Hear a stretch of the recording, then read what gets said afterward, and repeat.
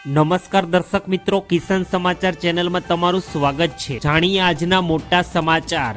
બજેટમાં આટલી વસ્તુઓ થશે સસ્તી, ત્યારબાદ બજેટમાં આટલી વસ્તુઓ થઈ જશે મોંઘી।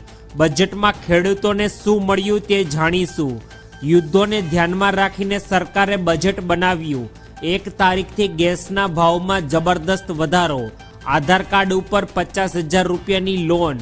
યુરિયા ખાતર ખરીદવા માટે હવે આઈડી કાર્ડ ફરજિયાત।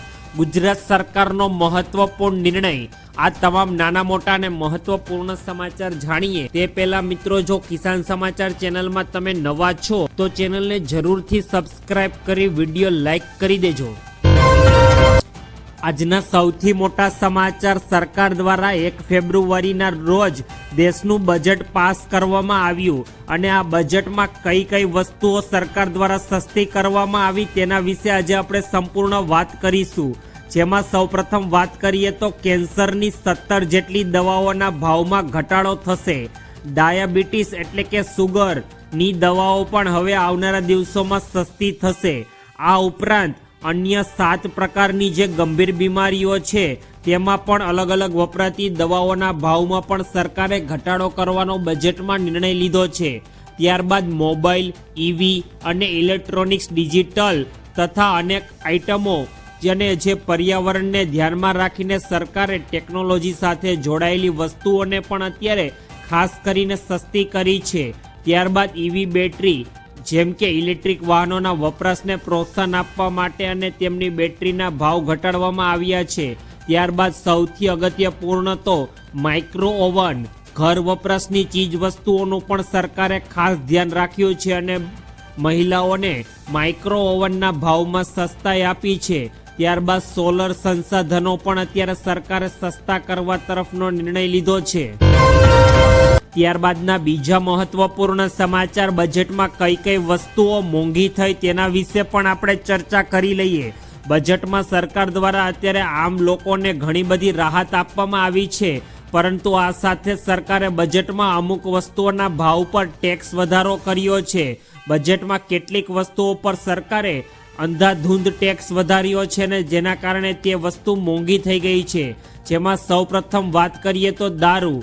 જે લોકો દારૂનું સેવન કરે છે તેમના માટે તો આ માઠા સમાચાર છે, કારણ કે દારૂ પરનો ટેક્સ સરકાર દ્વારા વધારો કરી દેવામાં આવ્યો છે।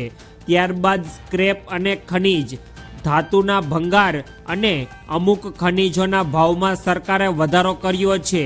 ત્યારબાદ સૌથી મહત્વપૂર્ણ તો ફ્યુચર્સ એન્ડ ઓપ્શન ટ્રેડિંગ એટલે કે જેને આપણે એફએનઓ કહીએ છીએ। શેર બજારમાં ટ્રેડિંગ કરનારાઓ માટે હવે એફએનઓ ટ્રેડિંગ કરવું પણ મોંઘું બનશે।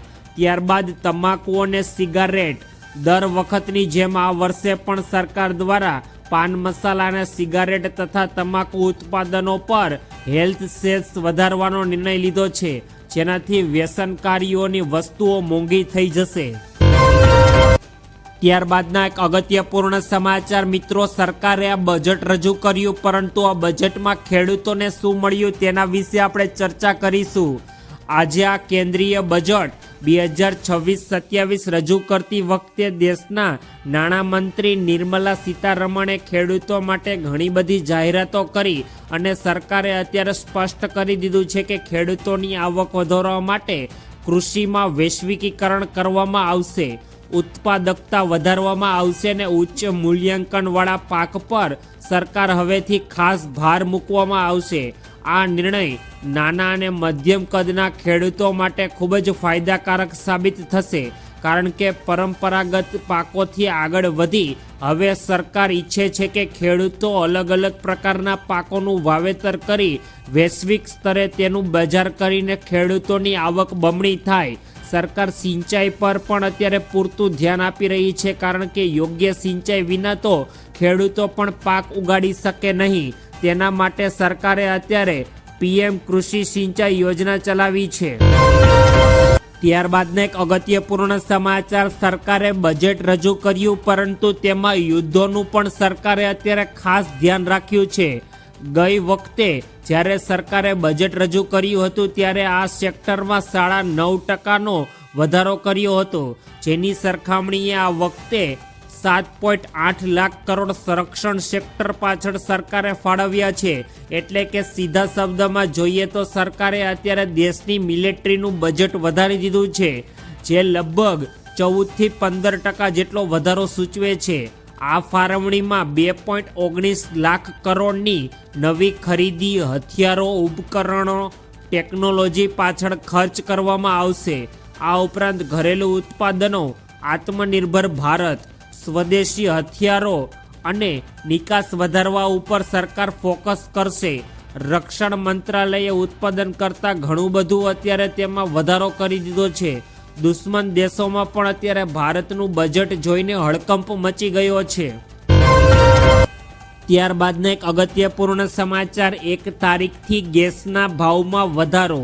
મિત્રો, સરકાર દ્વારા 1 ફેબ્રુઆરીના રોજ કોમર્શિયલ એલપીજી ગેસ સિલિન્ડર કે જે 19 કિલોગ્રામનો આવે છે તેના પર સરકારે અત્યારે જબરદસ્ત ભાવ વધારો કર્યો છે.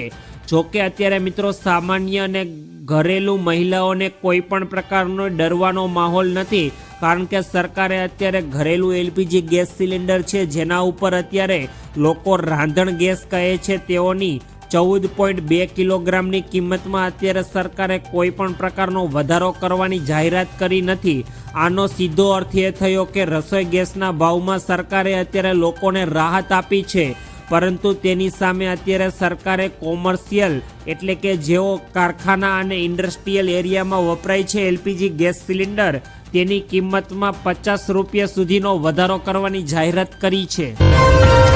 ત્યારબાદના મહત્વપૂર્ણ સમાચાર, આધાર કાર્ડ પર 50,000 રૂપિયાની ભેટ. પ્રધાનમંત્રી સન્માન નિધિ યોજના હવે ડિસેમ્બર 2024થી સરકારે અત્યારે લંબાવવા માટેની જાહેરાત કરી છે. અગાઉ તેની છેલ્લી તારીખ 31 માર્ચ 2023 હતી.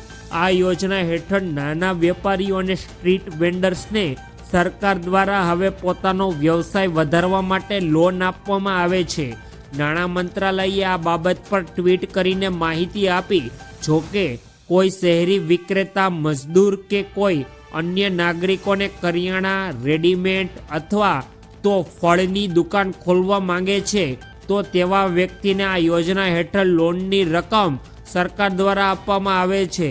જો તમે પણ આ યોજનામાં અરજી કરવા માંગતા હો તો તમારે પણ જરૂરી ડોક્યુમેન્ટ સાથે સરકારને લોન માટે અરજી કરવાની રહેશે. ત્યારબાદના મહત્વપૂર્ણ સમાચાર, યુરિયા ખાતર ખરીદવા માટે હવે સરકારે ફરજિયાત કરી દીધું છે ફાર્મ આઈડી કાર્ડ. જી હા મિત્રો, હવે દેશભરના તમામ ખેડૂતો માટે ખાતર ખરીદવા માટે આ મહત્વપૂર્ણ સમાચાર સાબિત થશે. કેન્દ્ર સરકારે હવે યુરિયા સહિતના ખાતરોના વેચાણને સંપૂર્ણ